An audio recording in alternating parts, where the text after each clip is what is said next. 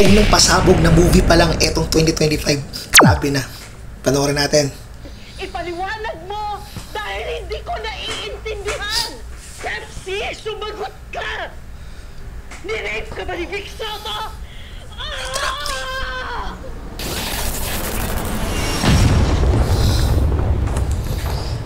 Grabe guys, mga ka-Triple R.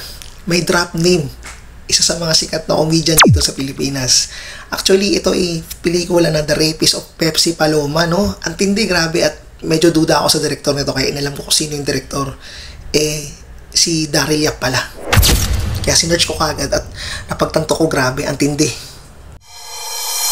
The Rapist of Pepsi Paloma is an upcoming Philippine biographical. So parating pa lang itong movie na to, crime drama film written and directed by Daryl Yap, mga guys. It stars Red Bustamante, Mon Confiado, Gina Alahar, Andres Balano Jr. and Shamin Puencamino. Grabe, sila yung mga gaganap, guys. So una pa lang medyo nagduda na ako kung sino yung director. Inalam ko agad kasi medyo mga ganong movie, alam ko maglalakas loob niya si Daryl Yap dahil ngayon nakaraan, di ba, yung The Malacanang ginawa niya yung movie, yung sa buhay ni Marcos nung araw, di ba? So ginawa niya ng pelikula yan at nasundan pa yan, di ba? Alam ko na mga ganitong tipong pelikula is Daryl Yap.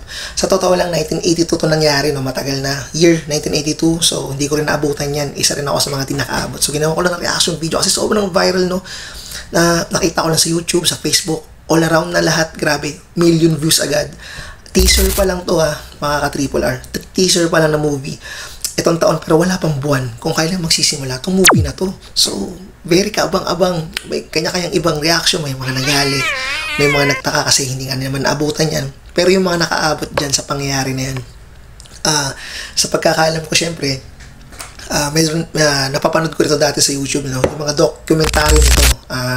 Ang mga sangkot dito, si Richard D. Horsey, na mayapa na yon, at ang nabubuhay na si Joey De Leon at si Vic Soto.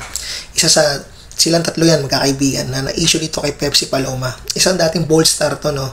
Si Pepsi, isang napakabatang bold star. At na 1985, May 31, sabi lang, nung sinerch ko is, nag-suicide pala siya. Yun ang pinalabas na nagpakamatay nga si Pepsi Paloma. So, kabang-abang kasi, teaser pa lang, wala pang ganong kung anong kalalabasan ng movie na to. So, clip pa lang yan. Isang maiksing video clip pa lang, ha. Isang maiksing movie clip pa lang. Napakaiksi pa lang nung sinasabi na yun.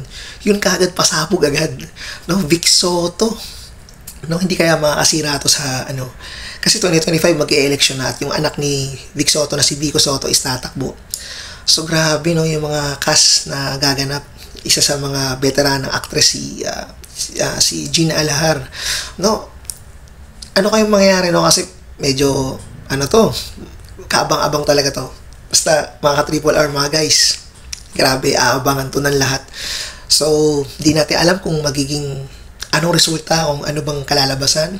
Lalabas ba, guilty or not guilty ba sila Vic Soto dito sa pangyayaring to. So, matagal na nangyari to, no? So, sobrang sikat pa rin nung controversial na to ni Pepsi Paloma kahit ilang 3 dekada na ang lumipas, no? Nagkaroon pa nga dyan ng issue dito ng bandang Erasmus dahil sa kanta nilang Espolarium doon sa second stanza ng lyrics kasi diba nabanggit sila doon at yan doon itumutukoy kay Pepsi Paloma. So may mga sumagot na mga interview na sinabi nga ni Ellie Buendia na hindi raw totoo yun. So hindi natin alam, di ba? At saka nahalin tulad talaga yung kanta nila. Kaya alam ko kasi na-ban yung kanta niyan. So binan ni Tito Soto yan at makapangyarihan talaga dati si Tito Soto nung araw kasi senador na siya noon, no? Nasa politika na sa Tito Soto at panahon yan ni Ferdinand Marcos din yung nangyari yan. So abangan na natin kung ano maging resulta ng movie na to, kabang-abang. So yun lang, yung mga gaganap nito, mga veteranong actress din, aktor. Grabe. Iba ka Daryl Yap. Peace out.